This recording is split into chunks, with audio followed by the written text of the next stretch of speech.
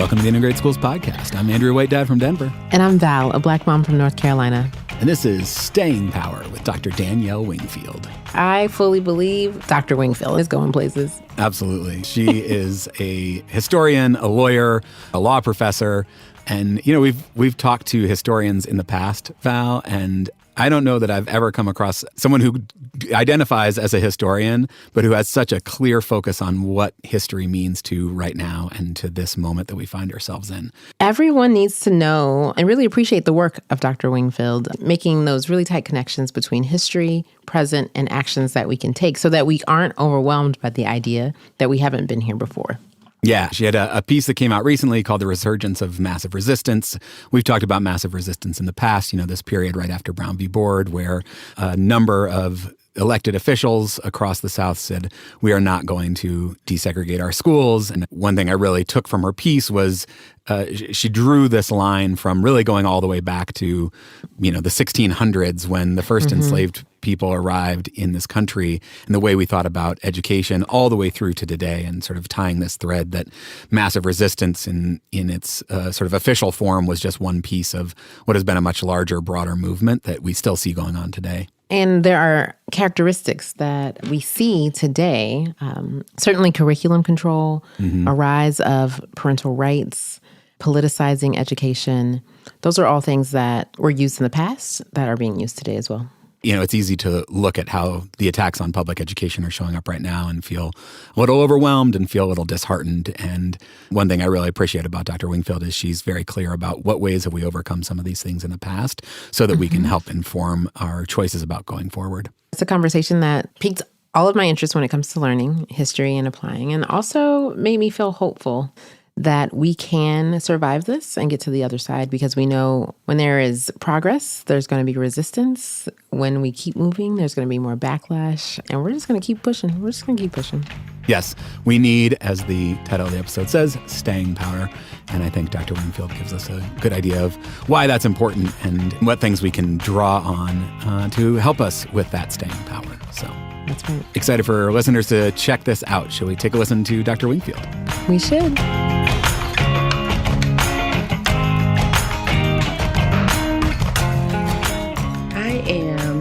Danielle Wingfield. I am a legal historian and a law professor, and my work is situated right at the intersection of public education, civil rights, democracy, and family. And so a lot of what I think and write about involve all of those things. And so it's very cool to be here with both of you on the Integrated Schools Podcast. I think it's a perfect fit. It is. We are so glad that you are here. Why do you care? Like, how did you find yourself with this focus for your career? I mean, you've got a bachelor's from William and Mary. You've got a JD from the University of Richmond. You've got a PhD from the University of Virginia. You have spent a lot of time and energy studying and learning and developing capacity. Why focus it on this intersection of families and civil rights and education?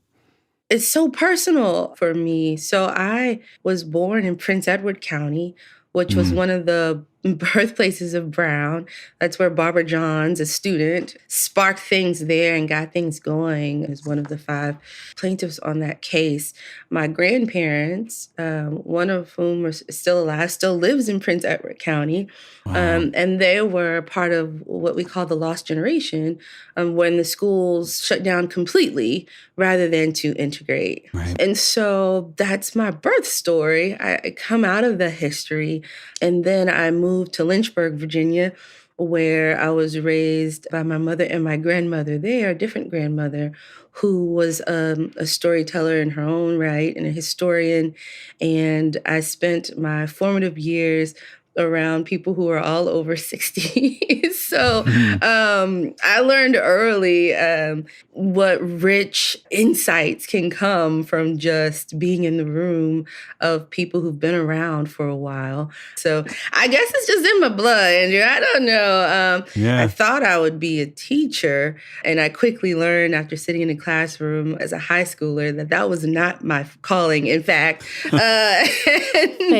But I have a heart heart for families and children. And so I decided, oh, my mom was right when she told me at 12 to leave it for the courtroom when I was giving my closing argument about why I should not be in trouble, that I should advocate for children instead. So that's how I kind of take this journey to being a lawyer. When I practiced, I did so for children and their parents. That's who I represented. And I had a really tough case, and I realized that my arm wasn't long enough. I couldn't reach all of the people that I wanted to help.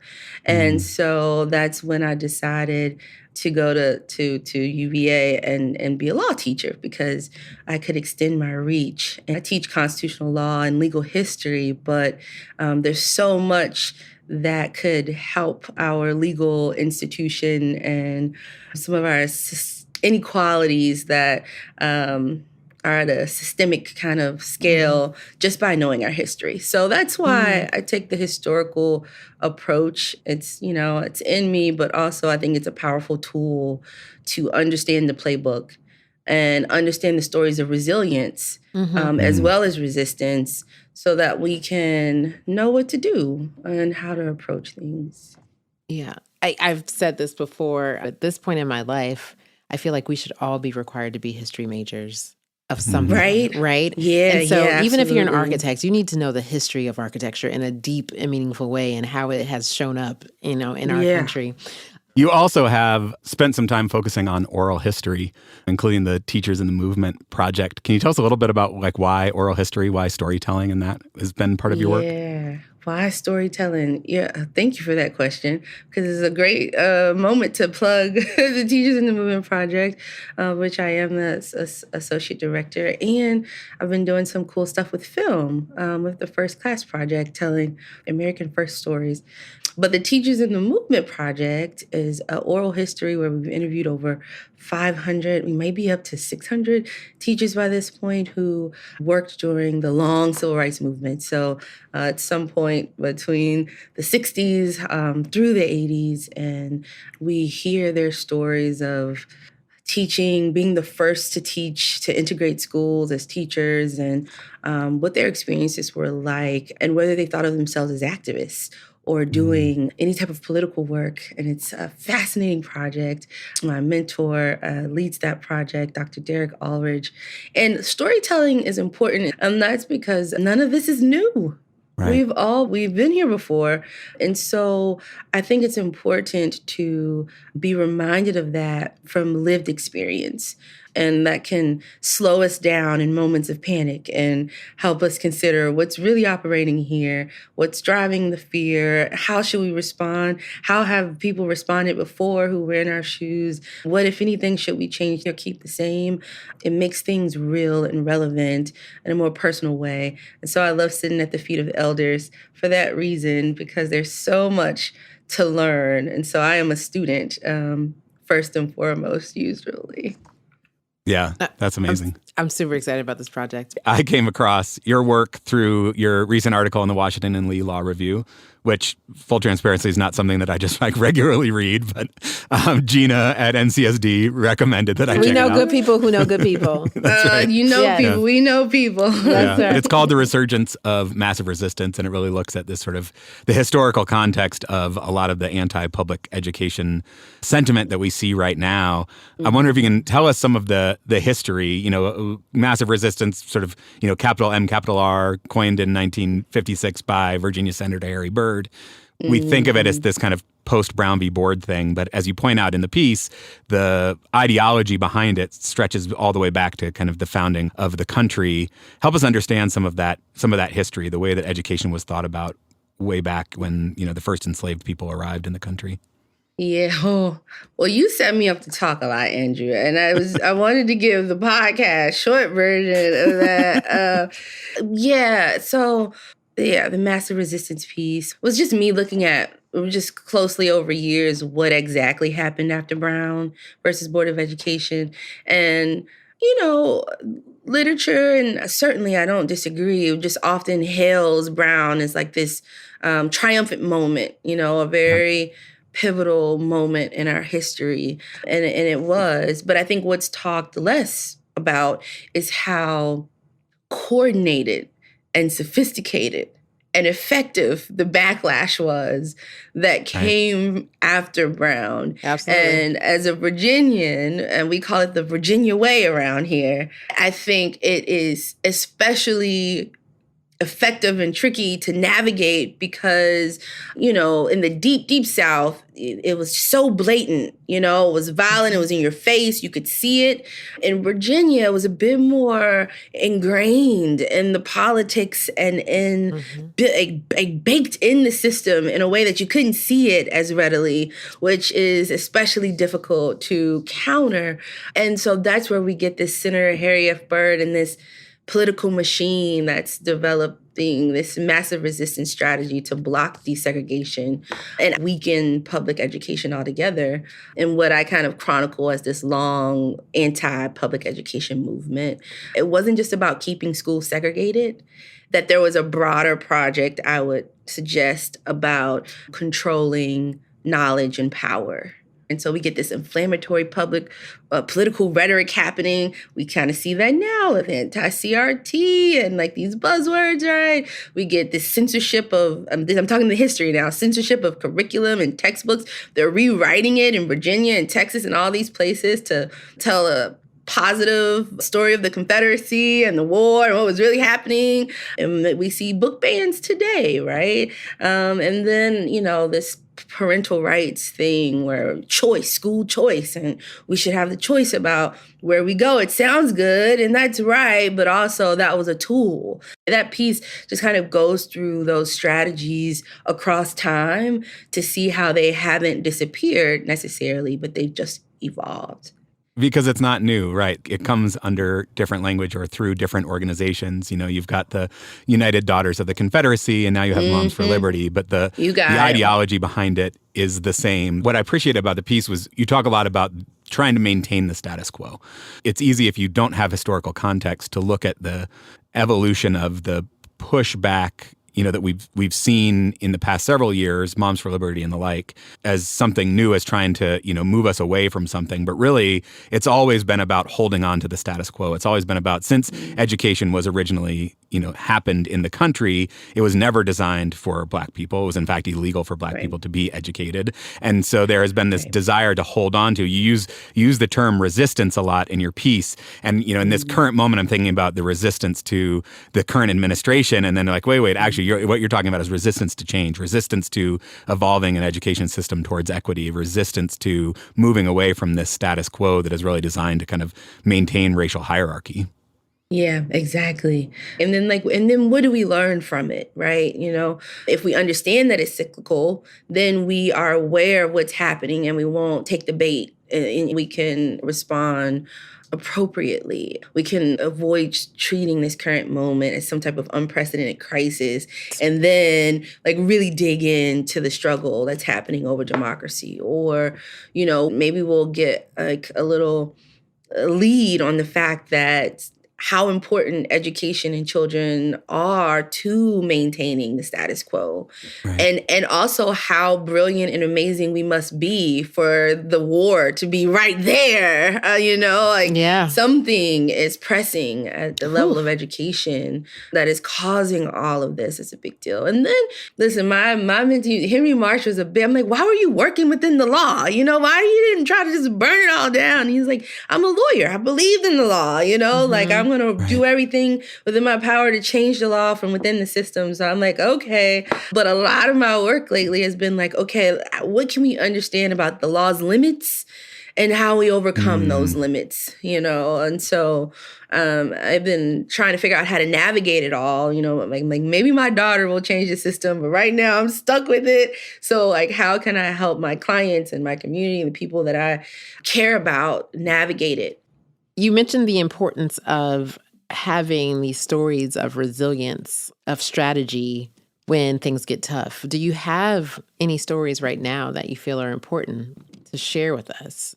Oh, yeah. Well, I wrote my dissertation on Henry Marsh, who was the first Black mayor of Richmond, Virginia, the former capital of the Confederacy. He was a state senator at one point, and I found myself clerking for him, thinking that I would do something law-related. And instead, he decided he wanted me to help him write his memoirs. And that really, Andrew, to answer, I guess, part of your previous question, is when I realized the power of history and the law. You know, I knew about history in other fields and teaching and education and just family and the griot and, you know, like the power of passing along information from one generation to the next.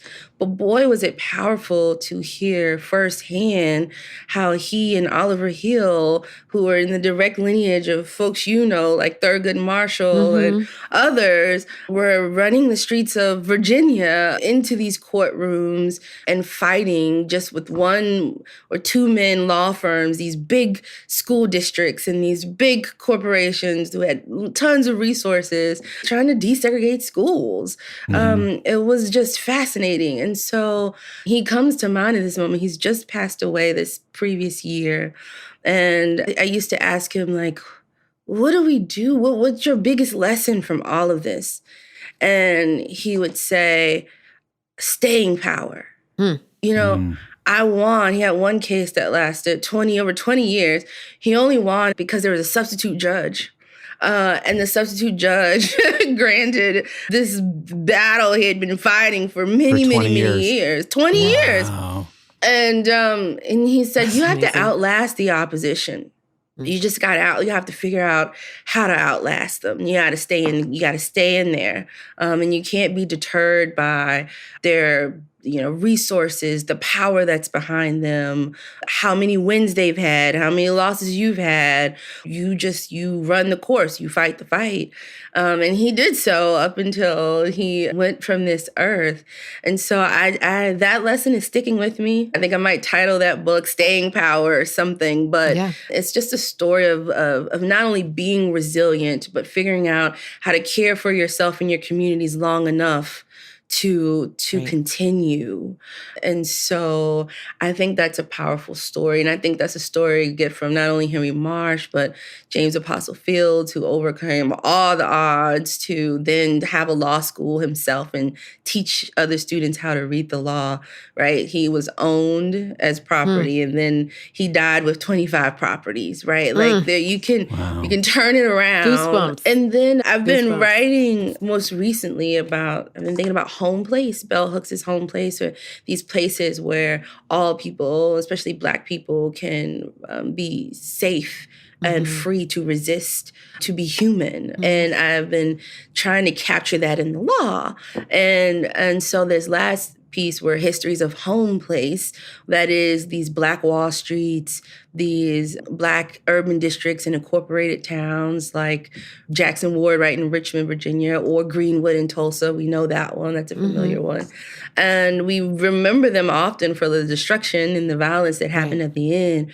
But they were bustling. They were thriving. They were successful. There were the Maggie Walkers in Richmond, Virginia, who were owning banks. And there was so much wealth and positive things. There were so many stories of when you can't rely on the law, or when you can't rely on other people to protect or guarantee your safety. How can we do that for each other and ourselves? We have to be reminded, yes, that our communities are alive and well, and it's not only in how they end or the struggles that they have. That shouldn't be the only story that we tell. Like, we should tell the stories of how they are thriving. And so my question to you, what are some of these elements of thriving that you've seen in communities that, people can either acknowledge or recognize in their own spaces or look for as they create communities for resilience? It's interesting. They aren't all the same, right? And so it just varies based on the geographic location, whether they're trying to navigate the rural, the South, what part of the country, is it urban, But I think and I haven't fully synthesized all this because I haven't wrote the conclusion.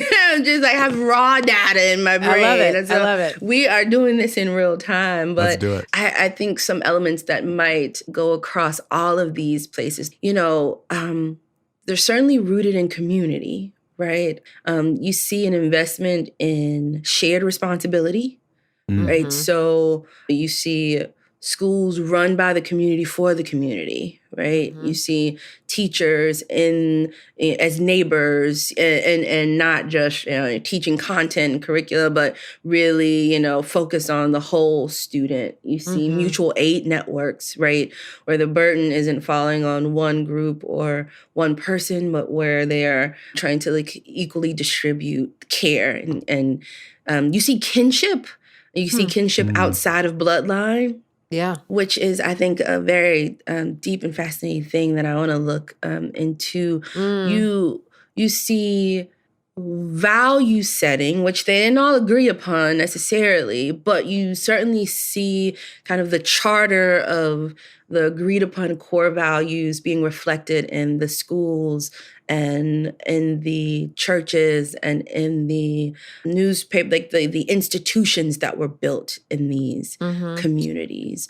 They were adaptive. In some of the communities, they did rely on land trust, and they weren't living completely outside of the government necessarily. And so they did have to navigate laws that weren't necessarily built or made for them. But they figured out leverage, what to leverage and how to adapt. There wasn't any lacking of belonging or trust, which is a part of that home place that Bell Hooks and I talk about. It sounds like a beautiful place. I mean, it sounds lovely. Right? The banks really are does. banking. They have these best schools for teachers where they're learning Latin and these languages, and they, have a classical instruction, and they are brilliant and business savvy, and it's just not the narrative or the picture we often think about for this time period. But at one point, there was a lot of just good, positive movement happening in these communities. Yeah. Of course they were thriving, because why else destroy them? Right. There you go. That's the whole paper. Why? Of course. That's why you destroy them. Even in communities that are underserved, because they are seen as throwaway communities, you also have the permission to destroy them, right? And it's just so how do we win? How do we win? I mean, to our original point, knowing that history could be so powerful. Yep. I mean, I have a 9-year-old, but even the generation ahead of her, they don't know Maggie Walker or Oliver Hill or Thurgood Marshall or the infrastructure that was possible to be built at a time when it, wasn't necessarily allowed or convenient or easy. I don't know. It's instructive in some ways, right? Yep. And it was risky. It's one of the things I think about a lot nowadays is where are people willing to be uncomfortable? Where are people willing to actually risk things? What are people willing to actually put on the line? Yeah. I think about those leaders from that era and the risks they were willing to take, the, expectation of being arrested, of being beaten, of, houses being firebombed. These things just sort of came along with it, and people went along with it because they believed in the greater cause. And I worry sometimes that we've lost sight of that a bit, and that there is this kind of focus on comfort. Where are people willing to actually risk things nowadays? I don't know. Yeah, the courage and the risk involved. We got to get our weight back up. Yeah. That was a great way to put that. Yeah. That was a great way to put that. Gym. We have seen recently communities demonstrating courage, coming together, recognizing the danger that's involved, and still trying to stand up for themselves and their community members. How can those folks use the law to help them in their efforts to fight for their rights and fight for the rights of their community members? Particularly in this moment where it feels like certainly at the federal level and in many state levels, the structures of government are working counter to so many of those things. Yeah. I'm very fortunate and both very tired by everything I write about having such a relevant hook these days. Right. But it does make me think about the resurgence of massive resistance. And there's, in that piece I was thinking about Harry F. Byrd from Virginia, who coined this phrase. That's where we get the massive resistance phrase, where he had this very coordinated effort to resist Brown versus Board of Education. And it's similar in that we see a history where communities recognize the danger in that moment of still trying to enroll in these schools, and the guards having to come in to protect these students, these children, and all the things. Like, it's just a dangerous place. And they still were, showing up and making risky choices, right? And your question is like, so like, what do we do? How do we mitigate the risk? Is there anything we can do with the law? And part of what I am like thinking about in navigating this terrain is understanding the playbook. If we're looking at schools, for example, massive resistance, we see political rhetoric happening. We see that now. We see a parental's right type of fear-based rally. And parents, of course, are important, but all parents' voices are important. Correct. Like, how do we get everyone in the room being heard?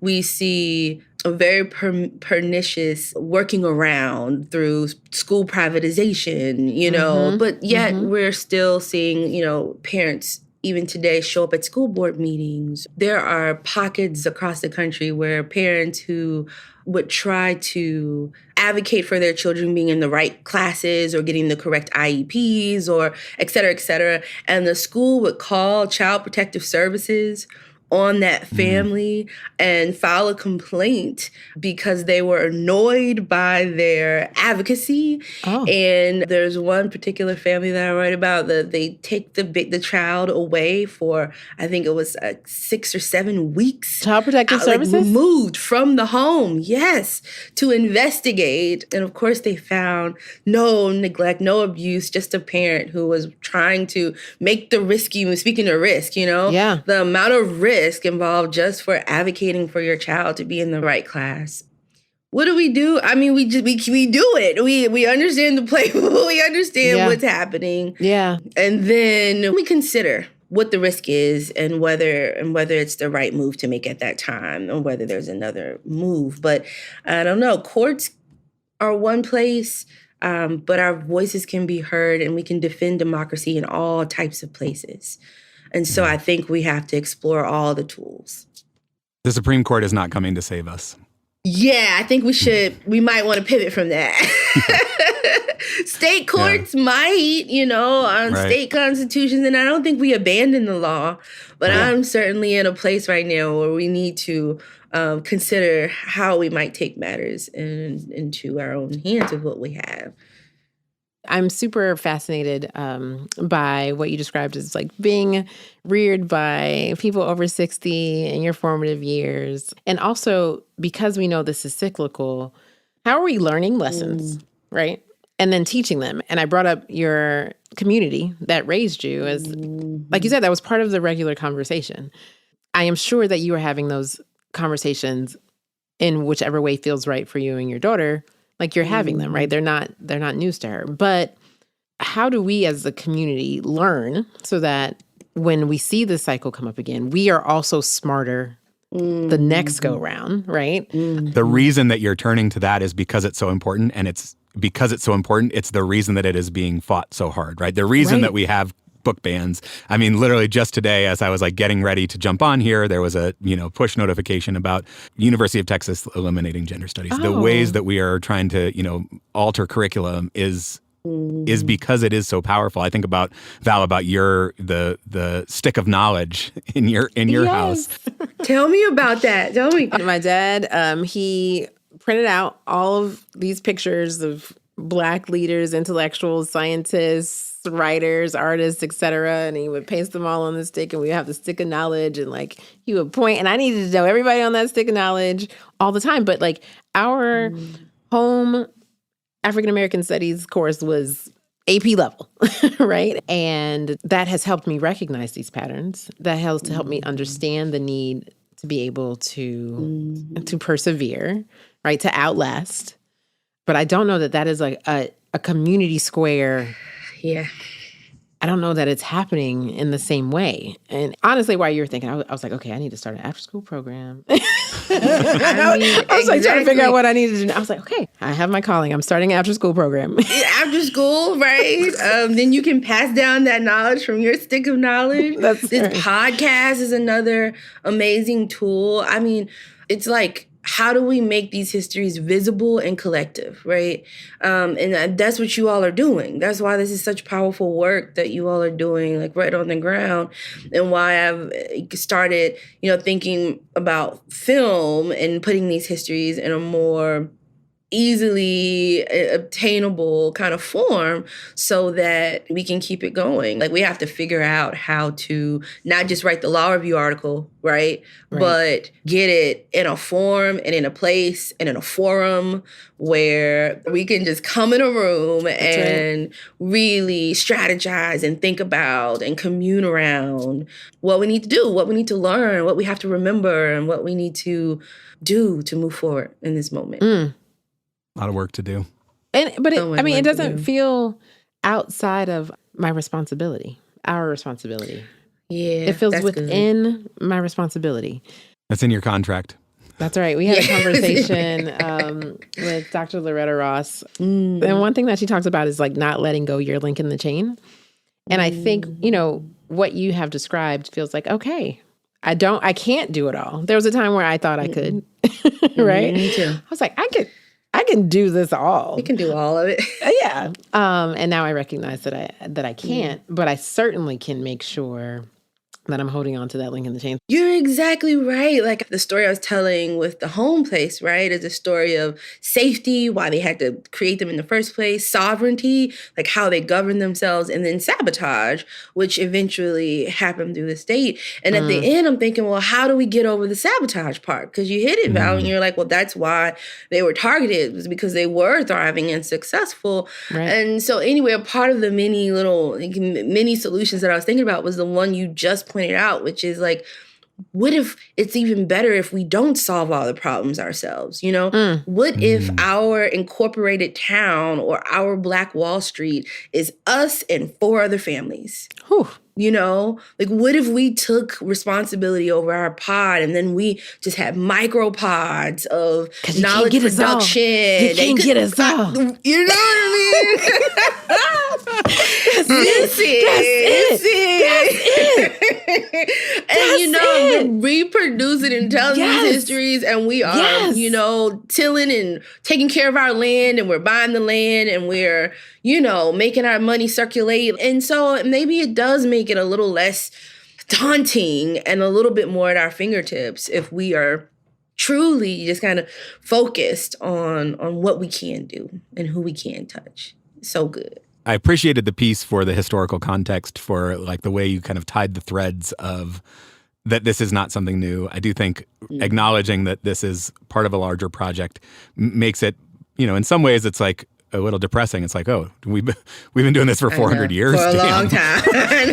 but on the other side, like Val said, it means like, all right, like how do I hold up my link in the chain of freedom, as Dr. Ross talks about, and what do we do? And you bring from the educational standpoint some areas to focus on: the truth, teaching our kids actual truth, intellectual enlightenment as a pathway to liberty, which I love, civics instruction, which I think we have entirely abandoned as a country, and then movement lawyering and sort of the places where we can use the tools of the state, working from the inside. Not that there is not need for those people who are pushing to burn the whole thing down, but for the people on the inside using the tools from the inside to kind of elevate the voices of those most impacted. Talk a little bit about the lessons you learned from looking at this history of massive resistance and how you think about turning those things forward from an education standpoint.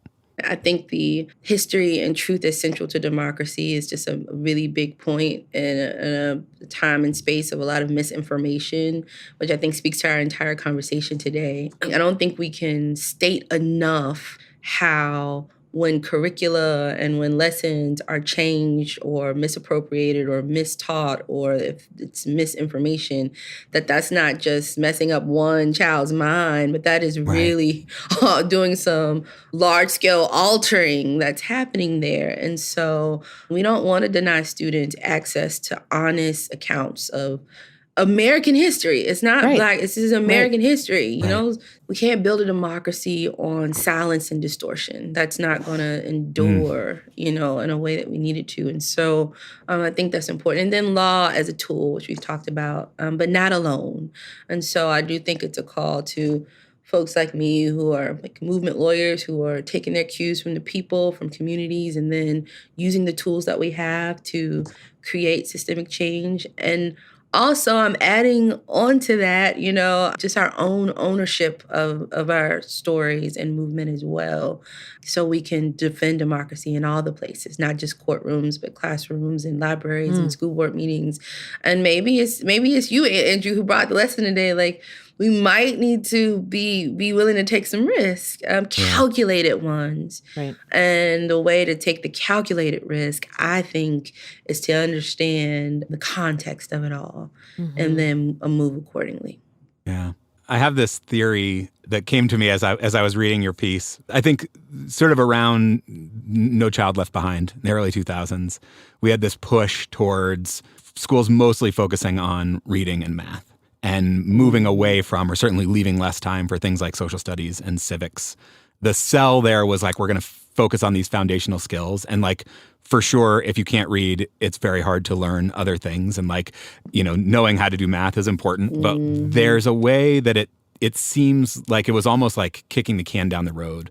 Like inevitably, as we try to live together in an increasingly diverse and interconnected country, we're going to come up against these issues where there is disagreement. The other thing I really appreciate about your piece was that you're willing to sort of sit in the nuance. Like parental rights is not a clear-cut, school choice is not a clear-cut good or evil. These are things that like it's reasonable to have some disagreements about and to try to find a way to come to some understanding about.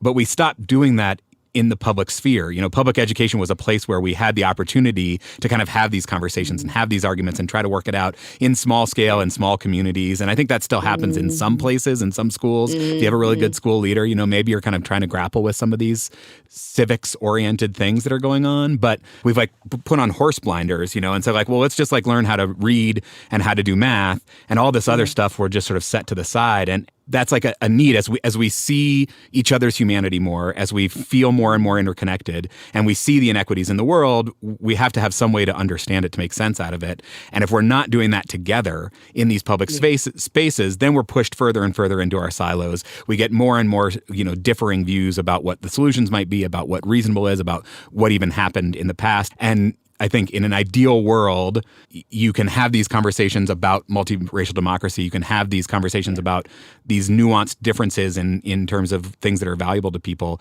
in the public sphere. And like public education is a great place. We're not doing it in churches anymore. We don't really have like civic organizations anymore. But public schools are still a place where everybody comes together. But it seems like it was like, I don't know, that feels tricky and complicated and makes me uncomfortable. Let's just teach kids to read and do math, and like we'll worry about that some other way.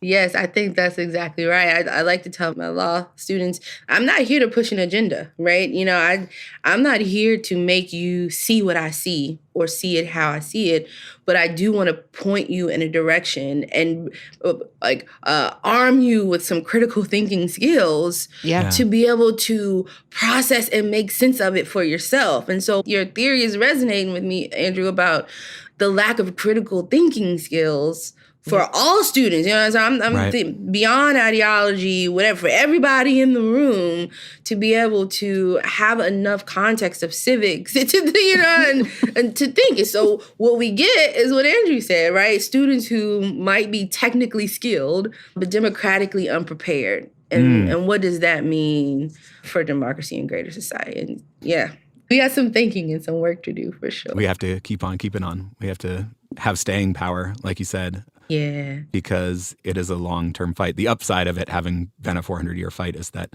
it would be silly for us to think we could solve it in our lifetimes. Right. We have to keep working on it, because what choice do we have? What choice do we have? So we'll dig deep. We'll get some faith from somewhere. If we get it right, if we do our part, and maybe it's not us, it's our kids, or maybe it's our kids' kids or whatever, but what's the promise? What does the world look like down the road? What does it feel like? At least some component of what I see a world looking like is where all persons' humanity is commonly recognized and where we are all free, where people That's right. are all free.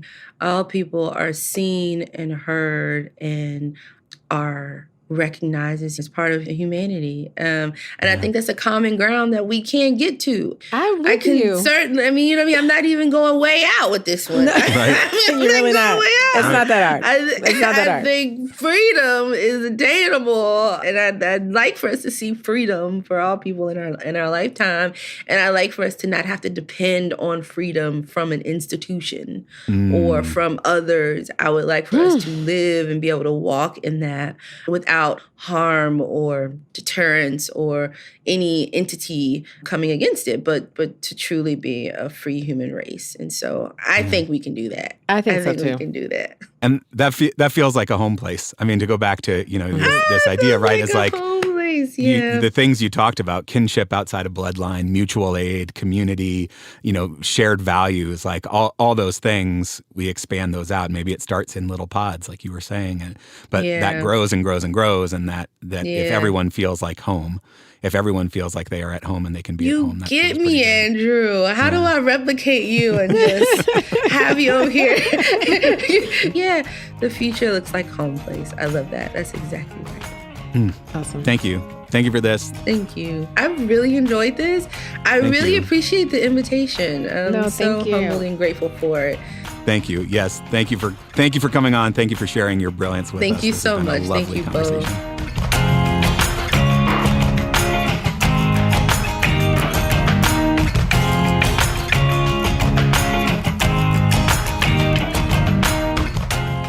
So Val, what'd you think? I'm going to start with a piece from her article. Imagine a scene where politicians are fueling and legitimizing the resistance to educating children in schools. Rhetoric is being espoused concerning states' rights and the preservation of local control over education to rally support for laws that undermine federal authority about whom should be educated, where, and how.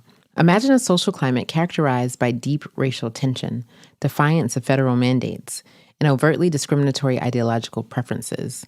Is this a scene from 1956 or 2025? It's difficult to tell. It is difficult to tell. Yeah, certainly we have seen this playbook before.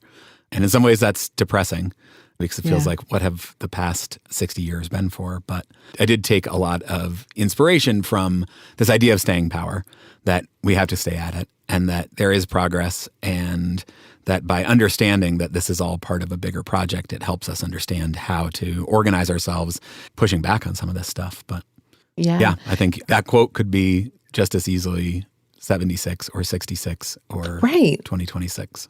1956 was the year in between my parents being born. One was born in 1955, the other one in 1957. And so, what is really hitting me today is that history is close enough to touch. Yeah. And those people in that generation worked extremely hard. And so to find themselves back in this moment probably feels deflating in many ways. And I think one thing that I really took from Dr. Wingfield was when she talked about being at the feet of people who were averaging 60-year-olds, sitting around and helping her understand the work and the way. What I don't want us to lose, Andrew, and I'm glad the podcast allows us to do this, what I don't want us to lose is our memory of what it was like being in the moment and what we did in the moment, right? We have the privilege of recording our thoughts on like what is happening in this moment. Our parents, they can remember some stories, but some things were so normalized in their life, that they didn't think about it as... Wouldn't even be worth recording a story about, right? No, but now those are the stories that we need, right? How did you continue to go and do? What were you experiencing when you were denied this? How did your community hold you up and make you feel steady, right? Yeah. Those are the things that we really need to know. But because I'm going to speak for the Black community and all Black people everywhere, but because the Black community had to be so insulated in terms of its care for its community members, right? That was so normal. And that's something that, thank goodness for integration, and those communities don't look the same, right? And so we don't necessarily have that home place to go to if we're not intentional about it. Yeah. I think that the power of storytelling, the power of learning from those people, I really appreciate her Teachers in the Movement project. 500 or 600 teachers from that era telling their stories is such a powerful repository for those stories that can help guide us in this place, that can help us think about what does it take to create that home place. And I thought that was such a powerful framing, this bell hooks idea about home place and where are the places that we can create true belonging, where are the places that we can create safety and comfort and community, and what are the things that we need to do that. And I think, particularly in this moment that we find ourselves now, all of those things that she mentioned that create those home places, right? Like kinship outside of bloodline, mutual aid, community, shared values, ways of, using the laws and the government where you can, where you have leverage, and then ways of creating structures around the government where it's not possible. Like all those things feel like the most important things that we could be focusing on right now in this moment. Yeah, absolutely. Because what is happening, and she mentions this in her piece, is that the lack of civic instruction, censorship, teaching inaccurate history, favoring some parents' rights over others are not only undermining our public education system, our communities, but also our democracy. Right. And I think we don't want to lose sight of the fact that a free, public, accessible, equitable education helps our democracy. It is like foundational to it, right? Is a prerequisite, yeah. Correct. And if we're not committed to that, then we aren't committed to a democracy. Yeah. And that's heavy, and yet it is real. My father says, don't be caught off guard by a lack of imagination about what can happen. And a couple years ago, I was surprised. Yeah. I was absolutely surprised. And I think we can no longer be surprised. Yeah, I mean, certainly understanding the history makes it harder to be surprised by where things are, and yet there are definitely still things that surprise me. I do think, back to this idea about what things have we decided not to try to address in our schools? Where have we kicked the can down the road? And the more we try to live together without actually learning together about these things that are really important, the harder it gets to hold the democracy together. And, we're not going to fix it all in our lifetimes. We're not going to fix it all individually. But when I think about, to go back to, Dr. Loretta Ross's holding our link in the chain idea, like what should we be focused on in that link is like, how do we make sure that our public education system stays functional and is able to play this really essential role? It's impossible to know all of the through lines that Dr. Wingfield laid out for us, but I think what we can all cultivate is our critical thinking, our willingness and desire to question. Simple questions. Why would they want to ban these books? Right. Why don't we want to talk about this history? What is so bad about learning about empathy, right? And we might not, to your point, we might not be able to change a system as quickly as we want for our kids to go through it, right? We might not be able to change it in a school year. But as we learned from Dr. Wingfield, some of these things take decades and just the right person being absent. Right. Yeah. A judge who just happens to be out and a substitute judge is there, and all of a sudden the 20-year case is over. Yeah. That's it. Yeah. Right. And that is why that staying power is important. Yeah. Certainly the ways that I think about holding on to that staying power when things feel rough like they feel right now is like, you never know when the next opportunity is going to come. You never know when the next pendulum is going to swing. And if you wait for the pendulum to swing, if you wait for the opportunity to come, then you're not prepared to capitalize on it. And so in these moments, the more we can lean into community, the more we can lean into mutual aid, the more we can strengthen relationships and ties, the better prepared we will be when inevitably a more positive, forward-looking moment comes along, the more we'll be able to capitalize on that. In my family, that's called stay ready so you don't have to get ready. There you go. Yes, that is what we need to do. We need to, as Dr. Wingfield said, get our weight up, and then we need to stay ready so we don't have to get ready. That's right. I'm glad we're smiling at the end of this, and I think we're smiling at the end of this conversation because I'm thinking about that home place again. Yeah. And when she described that home place, it felt right. It felt something that we could create for ourselves, and I think it's possible, and I think it has to be a place of refuge for all of us that we can go back to and recharge, because you can get completely burnt out just without that home place to reconnect. Yeah. And to remember what we're fighting for, right? Like the vision of the world, if we get there, is one of home place for everyone. And that feels like certainly worth fighting for. Gosh. We really do solve the problem every episode. Every single episode. So we have the answer. Just listen. Just listen. That's it. Yes, we solve the issue every single episode, which is why you should share this episode with your friends, with your neighbors, with your parenting groups. Drop it into the WhatsApp group and bring some other folks into the conversation. Bringing other folks in the conversation surfaces the things that other people might want to remain hidden. And we are cleaning off the dirt and we're getting it out of here. We're exposing it because that's how we begin to heal. Absolutely. The other thing you can do is slide us some of your coins. Absolutely. It's all going to the good work. So if you have the means, please visit integratedschools.org and hit the big red donate button. All of the proceeds go to the work of Integrated Schools, including this podcast, and we appreciate everything that you can give. Absolutely. You can also join us on Patreon, patreon.com/integratedschools. We have a monthly happy hour coming up in a couple weeks here. We have transcripts and show notes and facilitation questions and all sorts of stuff over there. Also grateful for your support there. And we want to hear from you. Let us know what you're thinking about. Where do you find home place? What brings you a sense of peace? How do you have staying power? Send us a voice memo, speakpipe.com/integratedschools, speakpipe.com/integratedschools, or just record a voice memo on your voice memo app and email it to us, podcast@integratedschools.org. And to Dr. Wingfield, thank you so much for joining us. Really for putting your essence in a room and on paper, your brilliance. I think she's also a candidate for audiobook reading. I totally could listen to her all day. Yeah. Yeah, it was a lovely conversation. Really grateful to have had it with Dr. Wingfield, and grateful, as always, Val, to be in this with you as I try to know better and do better. Until next time.